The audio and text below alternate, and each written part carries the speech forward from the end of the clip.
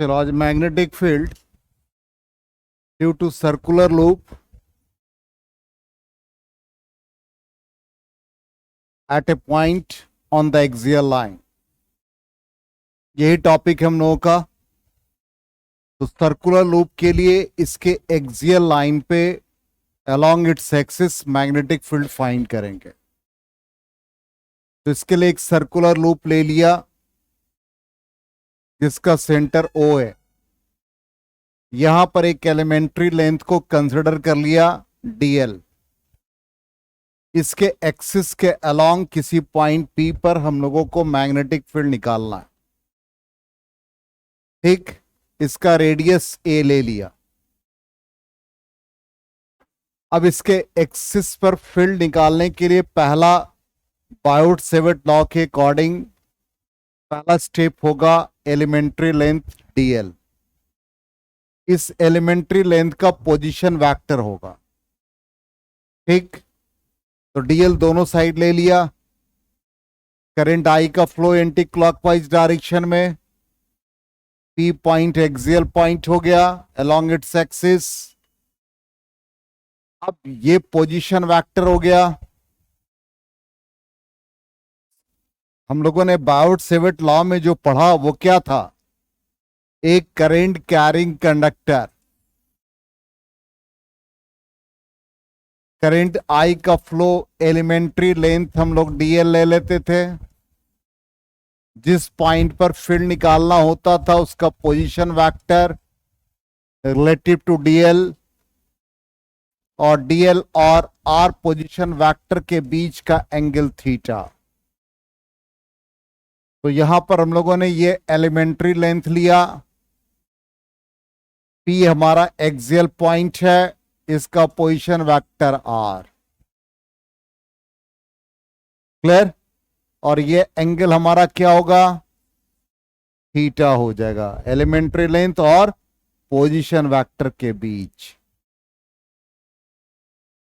Radius ए है, वो तो डायमेट्रिक हमने एजेस दिखा रखा। रेडियस इसका ए ही लेंगे। यहां तक समझ में आ गया फिगर? क्या क्या स्टेप है?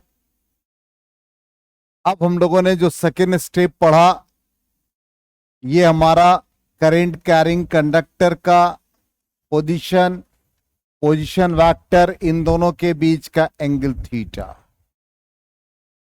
तो dB का डायरेक्शन क्या था? Perpendicular to the plane containing I, dl and r। dB का direction perpendicular to the plane containing I, dl and r। इसका मतलब यहां पर I, dl और r के ऊपर मैग्नेटिक फील्ड क्या होना चाहिए? परपेंडिकुलर होना चाहिए। क्लियर? अब इसी के आगे हम लोग नेक्स्ट स्टेप में बढ़ेंगे। तो ये हमारा एक्सियल लाइन का डिस्टेंस हो गया सेंटर से, एक्सियल पॉइंट का, जिसको हम लोग एक्सियल लाइन के अलोंग डिस्टेंस x ले रहे हैं। ठीक, ये एंगल थीटा, dB परपेंडिकुलर, इसका मतलब dB और r के बीच का एंगल कितना? 90 डिग्री। ठीक, तो ये 90 डिग्री हो गया। ठीक, अब देखो यहां पर स्टेप बाय स्टेप, dB और r के बीच का एंगल 90 डिग्री। तो हमने यहां dB जो ये ड्रॉ किया, ये एंगल थीटा ले लिया। ठीक, तो ये थीटा होगा, तो ये रिमेनिंग एंगल कितना बच जाएगा? 90 माइनस थीटा। अब dB के दो कंपोनेंट बन जाएंगे, एक dB cos थीटा और दूसरा dB sin थीटा। क्लियर है यहां तक? 100%? बोलो यस नो। अब इसी तरह से नीचे वाले सेगमेंट पर भी आ जाए, तो ये r पोजीशन वेक्टर, ये dB, ये एंगल कितना? 90 डिग्री। इसी तरह से ये थीटा, इसके भी कंपोनेंट बन गए, एक dB cos थीटा और एक dB sin theta. dB sin theta equal and opposite antiparallel to each other. इसका मतलब डीबी साइन थीटा एक दूसरे को क्या करेगा, कैंसिल कर देगा। तो रिजल्टेंट मैग्नेटिक फील्ड किसके कारण से निकलेगा, डीबी कॉस थीटा का समेशन। इसका मतलब जब भी नेट मैग्नेटिक फील्ड हम लोग निकालेंगे तो B is equal to summation को इंटीग्रेशन से रिप्रेजेंट करेंगे डीबी कॉस थीटा। क्लियर। अब डीबी क्या है, बायोट-सेविट लॉ के अकॉर्डिंग डीबी हम लोगों ने क्या पढ़ा था, वेक्टर फॉर्म में ही ले लो या सिंपल मैग्नीट्यूड भी ले सकते हो। तो डीबी का वैल्यू क्या था, mu not by 4 pi I d l sine theta. तो यहां पर क्या हो जाएगा, ये I dl sine 90 degree by r square, क्योंकि डीएल और आर के बीच का एंगल 90 डिग्री। क्लियर। तो क्या लिखेंगे यहां पर, इसकी जगह पर डीबी की जगह पर क्या आ जाएगा, mu not by 4 pi I dl by r square हो गया इंटू कॉस थीटा। अब यहां पर गौर से देखो, कोई भी हमने लिमिट ऑफ इंटीग्रेशन यूज नहीं किया अभी तक। क्यों, यहां पर वेरिएबल कौन है, एलिमेंट्री पार्ट कौन सा रिप्रेजेंट हो रहा है। यदि वेरिएबल थीटा होता तो इसके साथ कॉस थीटा डी थीटा होता, एकदम बेसिक चीज। एल वेरिएबल होगा तो डीएल होना चाहिए, आर वेरिएबल होगा तो डी आर होना चाहिए। तो यहां पर वेरिएबल कौन है, डीएल वेरिएबल है, इसलिए बाकी क्वांटिटी क्या हो गया, कांस्टेंट। अब वैल्यू सब्स्टिट्यूट करेंगे और मैग्नेटिक फील्ड फाइंड करेंगे। क्लियर। तो यहां से थोड़ा कॉपी निकालिए, कुछ काम भी है इसलिए कह रहे हैं।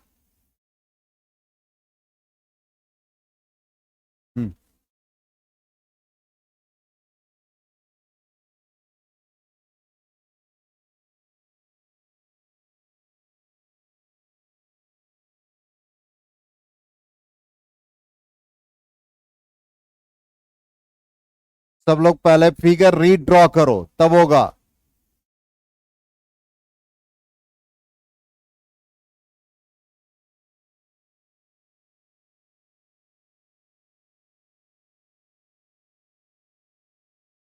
देखो फिगर कैसे रीड ड्रॉ होगा, हम इसको इरेज कर रहे हैं और दोबारा हम बना रहे हैं।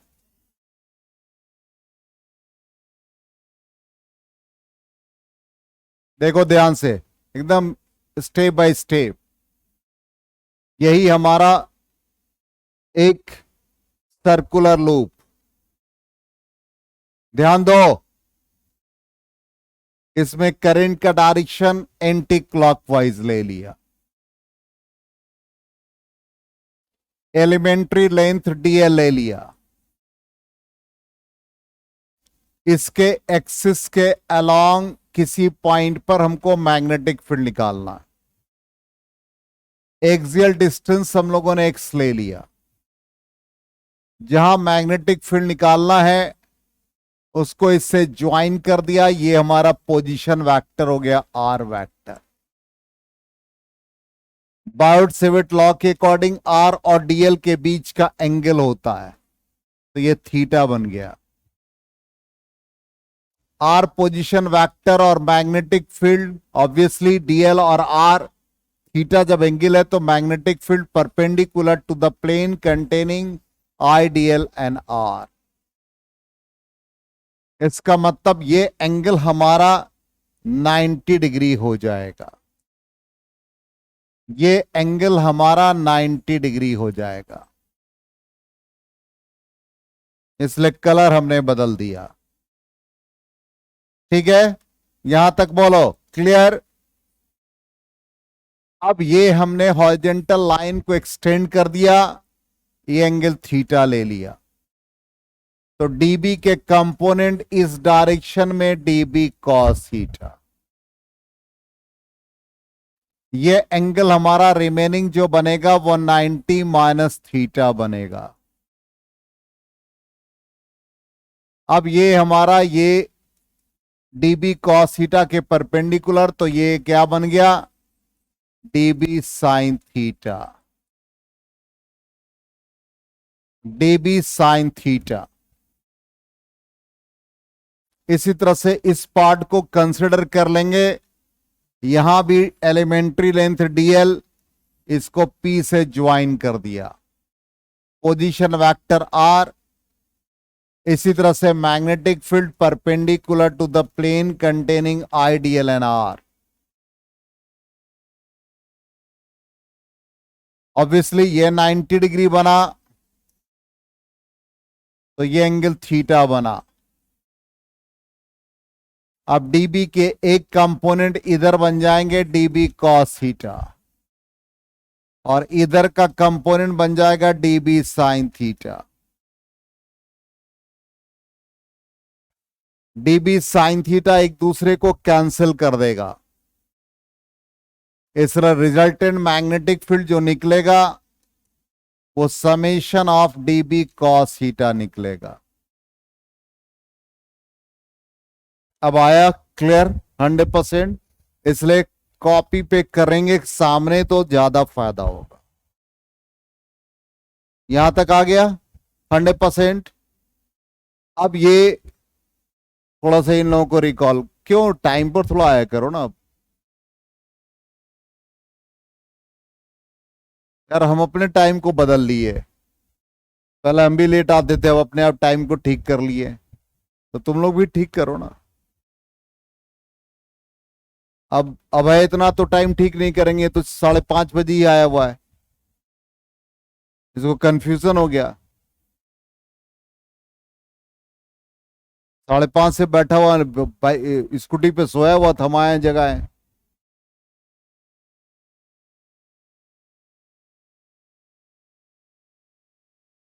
एक्चुअली इसको स्कूटी लेना था घर वालों से, तो बहाना बना दिया कि साइकिल खराब है। हाँ हो गया, यहां तक हो गया सबका, जल्दी करो। चलो अब तुम दोनों देखो, रुक जाओ 1 मिनट, ऐसा नहीं समझ में आएगा। तुम लोग का हो गया, ऐसे बिल्कुल नहीं समझ में आएगा। ये देखो, ये loop current carrying loop, elementary length है डीएल, करंट का flow I anticlockwise, P point पर मैग्नेटिक फील्ड निकालना है, आर पोजीशन वेक्टर हो गया, बाउट सेविट लॉ कहता है डीएल और आर के बीच का एंगल थीटा, थीटा हो गया। डीबी क्या होगा, परपेंडिकुलर टू आर वेक्टर, ये आ गया, तो ये एंगल 90 डिग्री, इसको थीटा मान लिया, तो इसका एक कंपोनेंट इधर क्या बन जाएगा, डीबी कॉस थीटा, इधर डीबी साइन थीटा, ये रिमेनिंग एंगल 90 माइनस थीटा। इसी तरह से नीचे वाले पार्ट से आर पोजीशन वेक्टर, इसका भी मैग्नेटिक फील्ड डीबी, ये भी परपेंडिकुलर, और इसका भी कंपोनेंट डीबी कॉस थीटा और dB sine theta. DB sine theta equal opposite anti parallel, इसका मतलब साइन थीटा वाला कंपोनेंट कैंसिल होगा, क्योंकि डीबी का मैग्नीट्यूड सेम, तो डीबी डिपेंड किस पर कर रहा, आईडीएल आर थीटा, सब कुछ सेम है, इसलिए दोनों का डीबी सेम है। अब यहां तक आ गया, तो बाउट सेविट लॉ के अकॉर्डिंग हम लोग सबसे पहले तो डीबी का कौन कौन सा कंपोनेंट कैंसिल, तो वो हम लोगों ने देख लिया कि साइन और साइन कैंसिल हो गया। इसका मतलब रिजल्टेंट मैग्नेटिक फील्ड जो आएगा, integration of dB cos theta. अब डीबी का वैल्यू ध्यान से यहीं पर यूजिंग बाउट सेविट लॉ, तो डीबी क्या है, बाउट सेविट लॉ के according mu naught by 4 pi IDL, और ये देखो इन दोनों के बीच का एंगल क्या है, ये 90 डिग्री, तो I dl sine 90 degree by r square. अब डीबी का वैल्यू इसमें सब्स्टिट्यूट कर देंगे, तो ये क्या बन गया, mu not by 4 pi I dl by r square, इसमें सब्स्टिट्यूट कर दिया, तो B is equal to mu not by 4 pi I dl by r square into cos theta. अब यहां पर वेरिएबल कौन है? थीटा वेरिएबल नहीं है, थीटा होता तो डी थीटा होता, तो डीएल वेरिएबल है। तो सारे क्वांटिटी को हम लोग सॉल्व कर ले। Mu not by 4 pi I by r square, और कॉस थीटा देखो कितना आ रहा है। कॉस थीटा कितना आ रहा है बोलो? कॉस थीटा के लिए क्या बन जाएगा? थीटा के लिए परपेंडिकुलर एक्स बन गया, बेस ए बन गया, हाइपोटेन्यूज क्या बन गया? आर बन गया, तो ए बाई आर। और इंटीग्रेशन डीएल का तो क्या बना? Mu not by 4 pi I A by R cube. Good morning, I आई।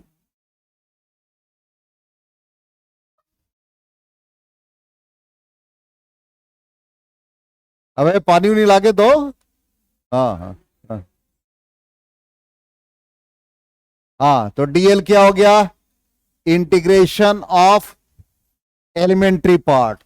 तो डीएल को इंटीग्रेट करेंगे तो पूरा सरकमफ्रेंस बन जाएगा। तो डीएल का इंटीग्रेशन सरकमफ्रेंस 2 पाई ए हो जाएगा। क्लियर? तो यहां तक नोट कीजिए, फिर हम लोग आगे बढ़ते हैं। बहुत सारे कंडीशंस है, इसलिए ये सारी चीजें हम सिखा रहे हैं। आर क्यूब ऊपर कहां ले गए हम? आर क्यूब के ऊपर आई ए, आई इंटू ए।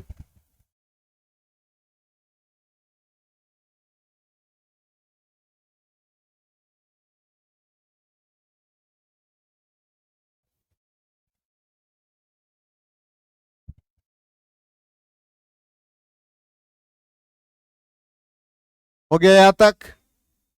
आगे बढ़े, चलो नेक्स्ट स्लाइड पे आ जाए। तो b is equal to mu not by 4 pi 2 pi I A square, और डिनोमिनेटर में क्या बचा? Are cube. अब फिगर में देखो और आर्यन बताओ, ए आर एक्स में क्या रिलेशन है?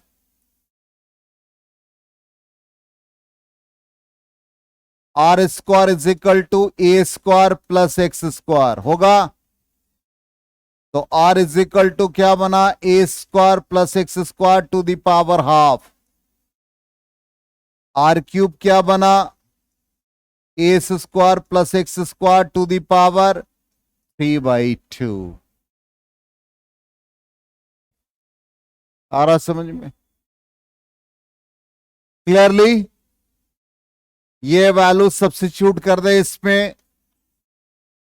b is equal to mu not by 4 pi 2 pi I A square, denominator में क्या गया? Are cube. आर क्यूब की जगह पर क्या आ जाएगा? A square plus x square to the power 3/2। यही हमारा फाइनल एक्सप्रेशन निकला अलोंग द एक्सिस। ये याद रखना पड़ेगा। हा? क्या? अरे पाई पाई बाद में काटेंगे, पहले वो काटना बाद में, पहले याद रखना है, तरीका है। पाई पाई काट दोगे तो फिर कंफ्यूजन होगा। बिल्कुल, सिर्फ स्ट्रेट बार नहीं है बोर्ड में। बोर्ड में तो कितनी बार डेरिवेशन आया।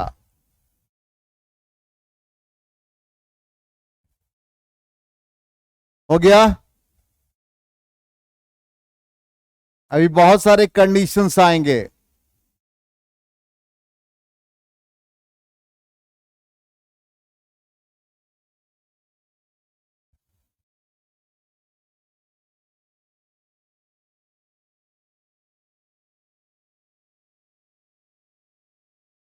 हो गया? चलिए, तो रिजल्ट हमारा यही था, एक बार चेक कर लें। ठीक,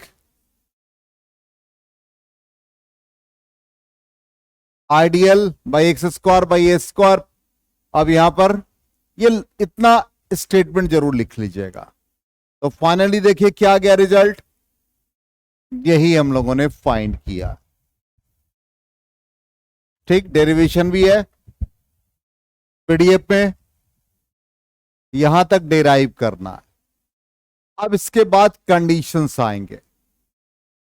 पहला कंडीशन सेंटर पर निकालना है, तो x का वैल्यू 0 पुट करेंगे, तो पहला कंडीशन लिखिए एट द सेंटर x का वैल्यू 0 पुट कीजिए, तो μ0/4 2 पाई i बाई a बचेगा।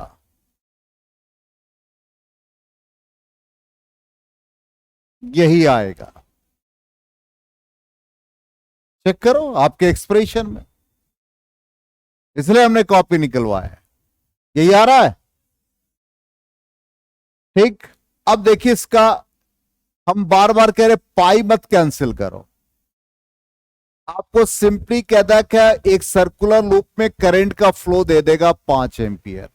मान लो एक simple question, radius 5 centimetre, magnetic field centre पे निकालना है, तो μ0/4 पाई का वैल्यू डायरेक्टली 10⁻⁷ डाल दोगे,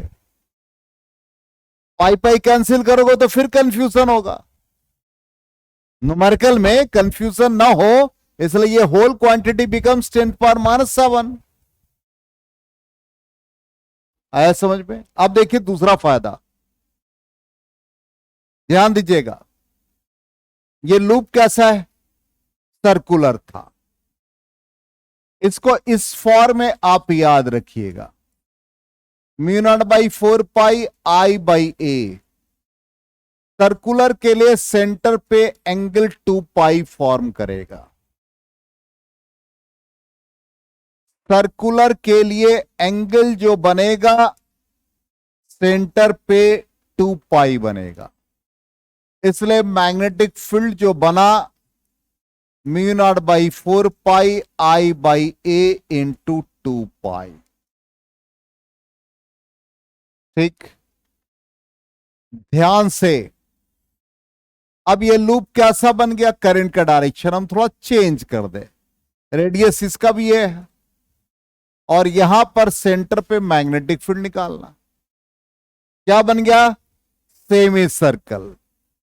तो सेमी सर्कल के लिए मैग्नेटिक फील्ड कितना होगा, मतलब एंगल कितना फॉर्म करेगा सेंटर पे, पाई, बन गया सेमी सर्कल का आंसर।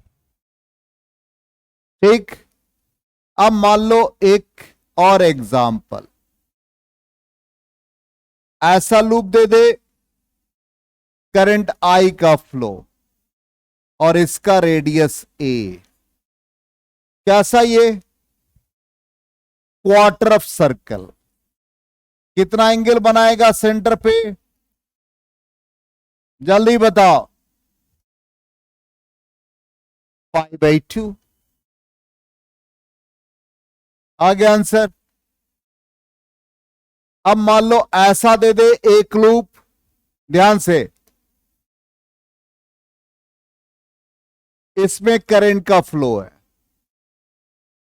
और ये सेंटर के रिस्पेक्ट में एंगल बना रहा फाई,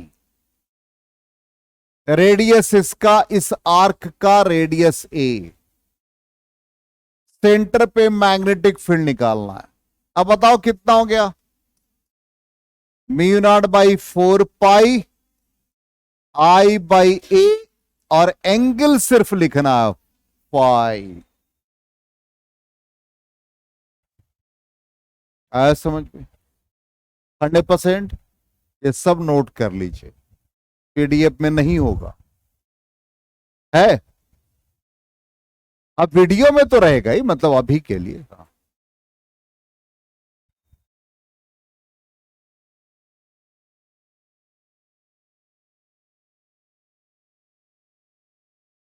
'जल्दी करो।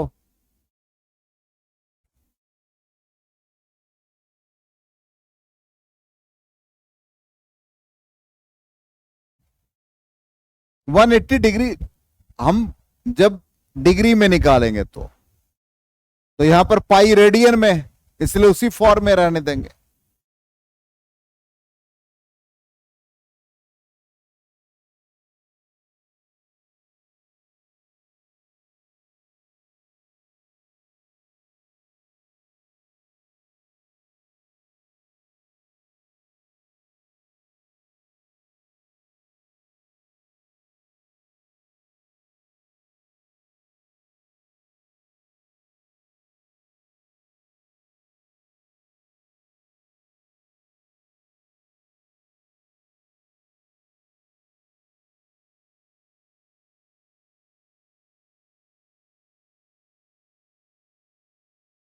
हो गया, नोट कर लिया?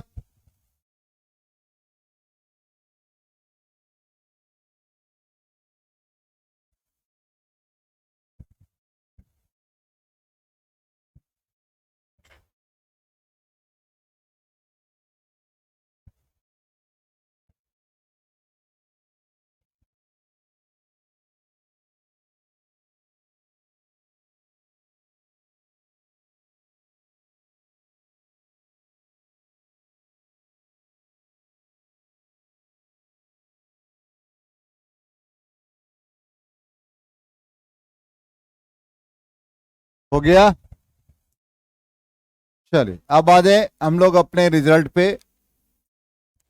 अब नेक्स्ट पार्ट कहता है, if the observation point is far away from the क्वार, मतलब पी पॉइंट का डिस्टेंस सेंटर से एक्स है, it means X much larger than A. तो डिनोमिनेटर का क्वांटिटी क्या है भाई? A square plus x square to the power 3/2। तो X square much larger than A square, तो ए को नेग्लेक्ट कर दो, तो क्या बचेगा? क्या बचा? X cube. तो मैग्नेटिक फील्ड क्या आ गया? जल्दी बताओ। Mu naught by 4 pi 2 pi I A square divided by x cube. A neglect हुआ डिनोमिनेटर में, मल्टीप्लीकेशन में नेग्लेक्ट नहीं होता है। इसका मतलब यहां पर ये रिजल्ट आ जाएगा।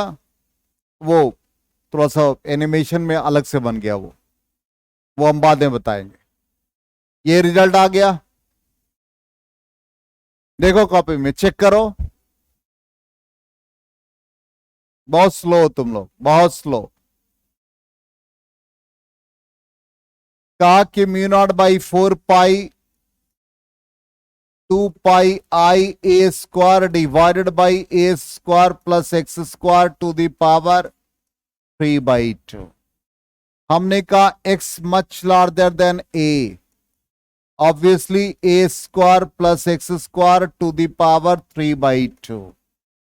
तो इसमें हम लोग ए को नेग्लेक्ट कर दे तो एक्स का पावर क्यूब हो गया। तो डिनोमिनेटर का क्वांटिटी सिर्फ क्या आ गया? एक्स क्यूब आ गया।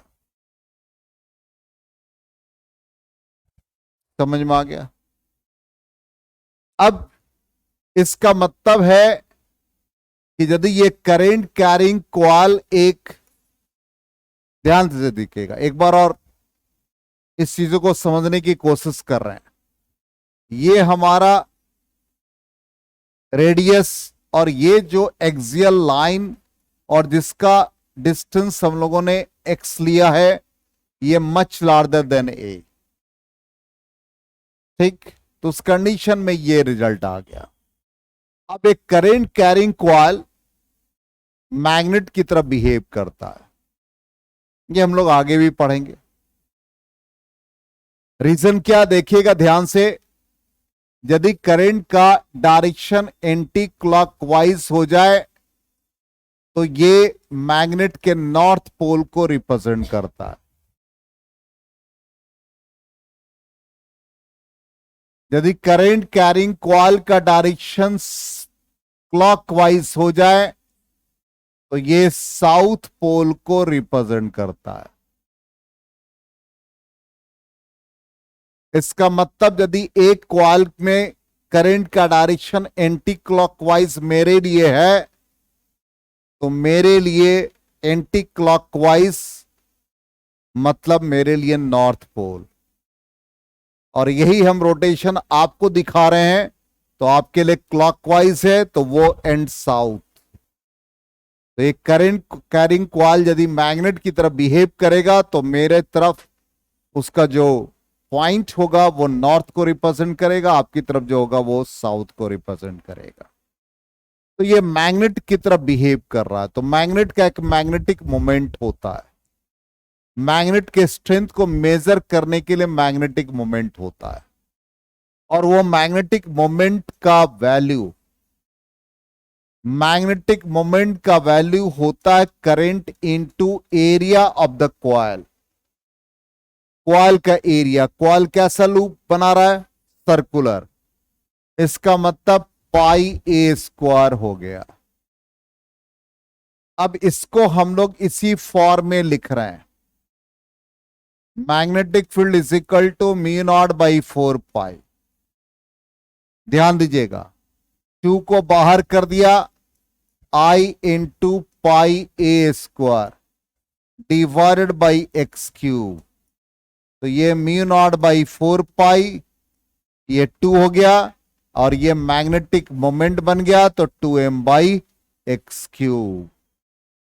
और ये बहुत बार एंट्रेंस एग्जाम में आया कि मैग्नेटिक मोमेंट का वैल्यू इतना है और एक्सियल पॉइंट या एक्सियल डिस्टेंस का वैल्यू इतना है, उसका मैग्नेटिक फील्ड निकालो। तो ये एक्सप्रेशन आपको समझ में आएगा तभी बना सकते हैं। आया समझ में? Yes no? अब यहां पर ये वाला पार्ट जो है ये सिंपल है कि मैग्नेटिक फील्ड, ये डिस्टेंस हमारा एक्सियल डिस्टेंस है, तो ये पोजीशन एक्स को रिप्रेजेंट कर रहा है। तो हम लोग ग्राफिकली यदि देखें तो म्यू नॉट बाई 4 पाई, ये हम लोगों का रिजल्ट था 2 pi I A square divided by A square plus x square to the power 3/2। इसका मतलब एक्सियल डिस्टेंस के लिए मैग्नेटिक फील्ड इनवर्सली रिलेटेड है, इसलिए रेक्टेंगुलर हाइपरबोला का ग्राफ बनता है। तो ऐसा ग्राफ का नेचर आता है, और एक पर्टिकुलर पॉइंट पर मैग्नेटिक फील्ड क्या होता है, मैक्सिमम होता है। और वो कैसे मैक्सिमम होता है वो भी बता रहे हैं ग्राफिकली। ठीक, सब बता रहे हैं, अभी घबराइए नहीं। Magnetic field due to circular loop का ही ग्राफ है, विद एक्स है। तो अब ये बी पर हमने मैग्नेटिक फील्ड को यहां पर क्या दिखाया, मैक्सिमम दिखाया। कोई भी क्वांटिटी को मैक्सिमाइज मिनिमाइज करने के लिए क्या पार्ट होता है, डिफरेंशिएट करते हैं। किसके रिस्पेक्ट में, वेरिएबल के रिस्पेक्ट में। तो लूप का क्या क्या पार्ट कांस्टेंट है, करंट कांस्टेंट, रेडियस कांस्टेंट, सब कांस्टेंट। वेरिएबल क्या है, सिर्फ एक्सियल डिस्टेंस। अब इस क्वांटिटी को डिफरेंशिएट करते हैं विद रिस्पेक्ट टू एक्स और 0 पुट करते हैं। ठीक, ये सारी क्वांटिटी कांस्टेंट है, कोई वेरिएबल नहीं है इसमें। ये के की तरह बिहेव कर लिया, मान लो कोफिशिएंट। अब वेरिएबल कौन हो गया, A square plus x square to the power, numerator में गया तो -3/2। ठीक, तो -3/2 A square plus x square to the power N X N -1, तो -5/2। अब फिर इसके अंदर का differentiation chain rule, A square का 0, एक्स स्क्वायर का 2x इज इक्वल टू 0। ठीक, 2 और 2 कैंसिल, क्या बचा ये, जल्दी से बता दो। 3k ये सारे चले गए, तो क्या बचा, x a square plus x square to the power -5/2, 0। इसका मतलब x इज इक्वल टू क्या आ गया, 0। मतलब सेंटर पे मैग्नेटिक फील्ड क्या होगा, मैक्सिमम होगा। इसलिए सेंटर पे x इज इक्वल टू 0 पर फील्ड मैक्सिमम। उसके बाद जैसे जैसे आप x इंक्रीज कर रहे हैं, डिनोमिनेटर का क्वांटिटी इनवर्सली रिलेटेड है,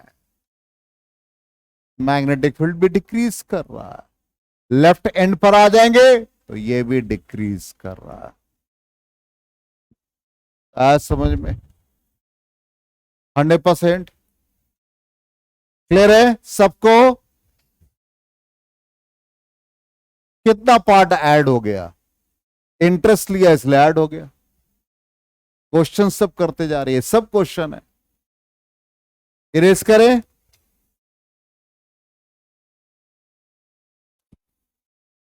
वीडियो देखिएगा तभी समझ में आएगा।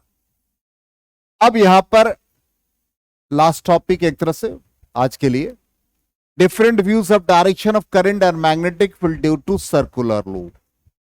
ठीक, अब यहां पर सर्कुलर लूप है, बिल्कुल राइट हैंड थंब रूल ही इस्तेमाल हुआ। करंट इस तरह से फील्ड लाइंस बनते हैं करंट कैरिंग कॉइल के लिए। सिंपल सा कॉन्सेप्ट है। राइट हैंड थंब रूल में क्या था भाई, स्ट्रेट वायर के लिए आपने ग्रिप किया। अब यहां पर बिल्कुल ऐसा कंडीशन है, करंट का डायरेक्शन ऐसे है लूप में करंट का डायरेक्शन ये है, thumb extended thumb magnetic field को रिप्रेजेंट करेगा। Curl of the fingers direction of current, direction of current. तो मैग्नेटिक फील्ड क्या हो गया, आउटवर्ड, आउटवर्ड के लिए डॉट। अब आ जाओ, ये डायरेक्शन क्या है, क्लॉकवाइज। तो अब ऐसे हो गया कर्ल, तो ये कहां गया, अंदर की तरफ। ये मैग्नेटिक फील्ड और ये करंट इनवर्ड।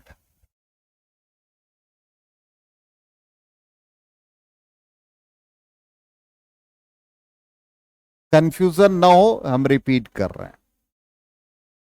यदि आप करंट के डायरेक्शन की बात ही कर लो, हम इसको इरेज कर दे रहे हैं, या नेक्स्ट स्लाइड में वैसे भी बना लो। एंटी क्लॉकवाइज डायरेक्शन में करंट का फ्लो ले लो, ये करंट का फ्लो, तो मैग्नेटिक फील्ड क्या हो गया, आउटवर्ड। तो B इज इक्वल टू क्या बना, आउटवर्ड मीन्स के कैप। ठीक, करंट का direction clockwise, magnetic field inward, तो B क्या बन गया, माइनस के कैप। ठीक, अब यहां पर ये देखो करंट का डायरेक्शन क्या है भाई, ये, तो मैग्नेटिक फील्ड इधर क्या बन गया, आउटवर्ड। तो ये करते करते आउटवर्ड आ गए, इस वाले पार्ट में गए तो क्या हुआ, इनवर्ड। तो इसका मतलब फील्ड ऐसे बनेगा, इसलिए एरो देखो ऐसे बन रहा है। देखो यहां पर ये एरो ऐसे बना हुआ है, इस वाले पार्ट में एरो इस तरफ बना है। समझ में आया, चेक करो, दोनों को मिलाओ।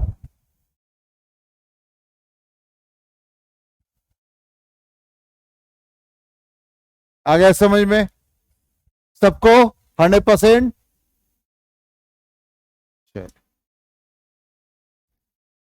और फाइनली ये करंट का डायरेक्शन ये ले लिया, ये डायरेक्शन ले लिया, सेम एरो ऐसे ही बन गया। आया समझ में, 100%। तो आज की कक्षा यहीं तक। ठीक, टाइम एग्जैक्ट वही है। हाँ मतलब 58 चलेगा, वो 50 वाला नहीं चलेगा।